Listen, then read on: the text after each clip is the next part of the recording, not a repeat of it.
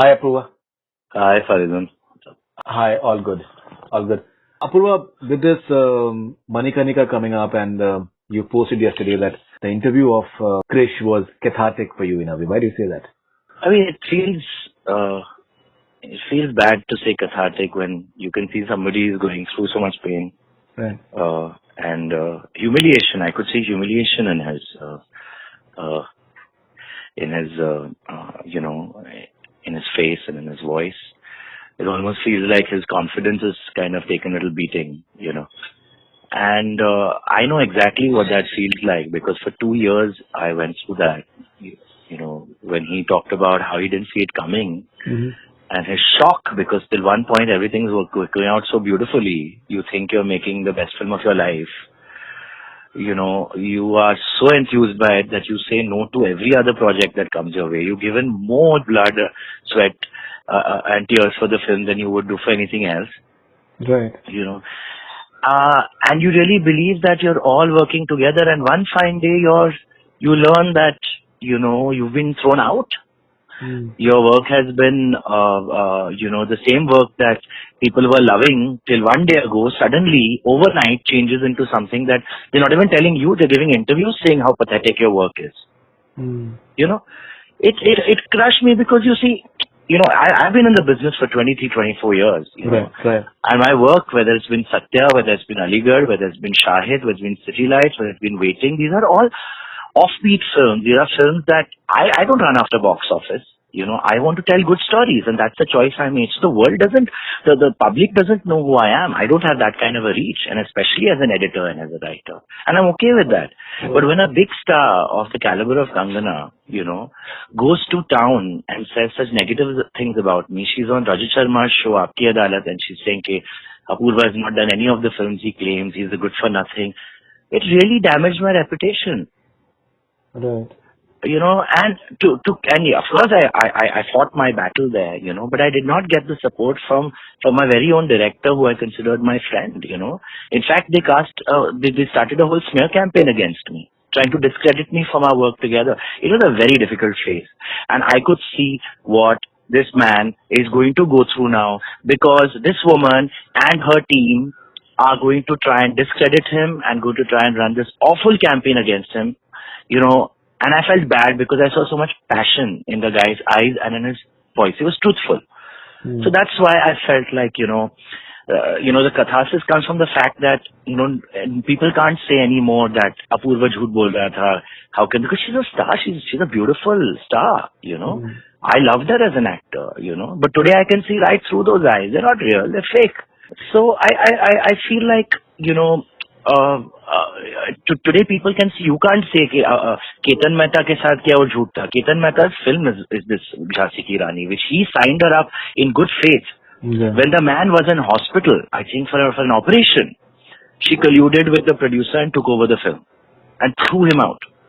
Mm. Then she got this boy in, a man in, Krish, and she's waited for him to complete the film, and then she's thrown him out without even him knowing why, Mm. And she did it with me also. She waited for me to complete the edit of the film, and I worked so hard, Faridoon. I worked so hard for 2 years. I worked so hard. You're the writer and the editor for the film. And I was the editor, but after I finished the edit, and she hugged me during the edit, and she told me how wonderful it was. We were so happy. We were doing something nice. Of course, there was 30% patchwork left of the film, and that's the time she strikes, because that's the time when she said, "Chalo, main isko complete karti hu." These people don't know what they're doing. And overnight the phone calls began. Hey boss, I had this thought, ye nikalte hain, ye change karte hain. And I'm like, "Oh, but you had loved all these things. This is the DNA of the film." Mm. And if you disagree, then she goes to the producer and says, "I don't see eye to eye with him, throw him out." They threw me out of the editing of that film. And I have edited for Hansal Mehta since the year 2000. His best work, whether it's Chal, whether it's Shahid, whether it's City Lights, whether it's Aligarh, has been edited by me. Some have been co-written by me, some have been written by me. Mm. And for the first time, from a company that I helped build, Mm. one overnight they threw me out. Okay, we'll come to Hansal Mehta shortly.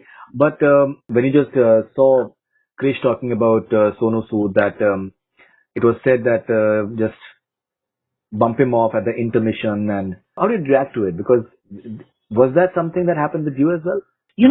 It didn't start immediately. That's what I'm trying to tell you. Immediately the reaction was extremely positive. And I can still remember her eyes and her energy. It was wonderful. I mean, it's crazy. I go through, either loving and respecting her or completely fearing and hating her. It's like there is something in her which is almost like, two personalities. I cannot explain it. She has actually loved most of it. Then she goes home and then she comes up with things saying, isko change karo, isko aisa karo.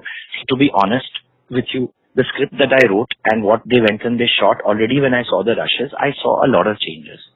And when I say changes, I don't mean in the story, I don't mean in the screenplay as much as you are basically taking out dialogues from other actors.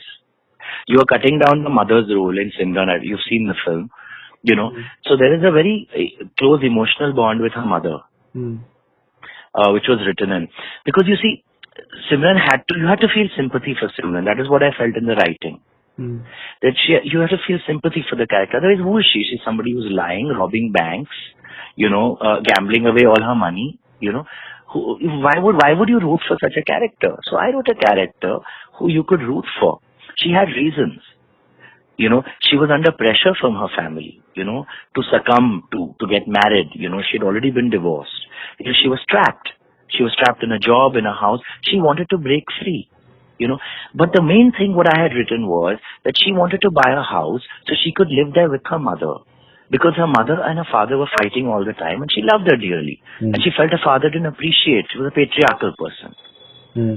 So the emotional driving force is that the very opening of the film is where they go to see an apartment together, which she wants to buy for her mother.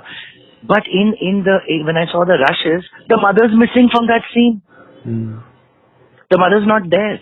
She herself is going and looking at the apartment and saying, "Oh, I love to live here," and on that kind of a thing. It's fun. It's nicely done. There's no doubt about it. The dialogues are the same, but there's no mother. So yes, these kind of things, what happened on the set, I mean, how it transpired and all of those things, I don't know exactly. But yes, these things did happen eventually.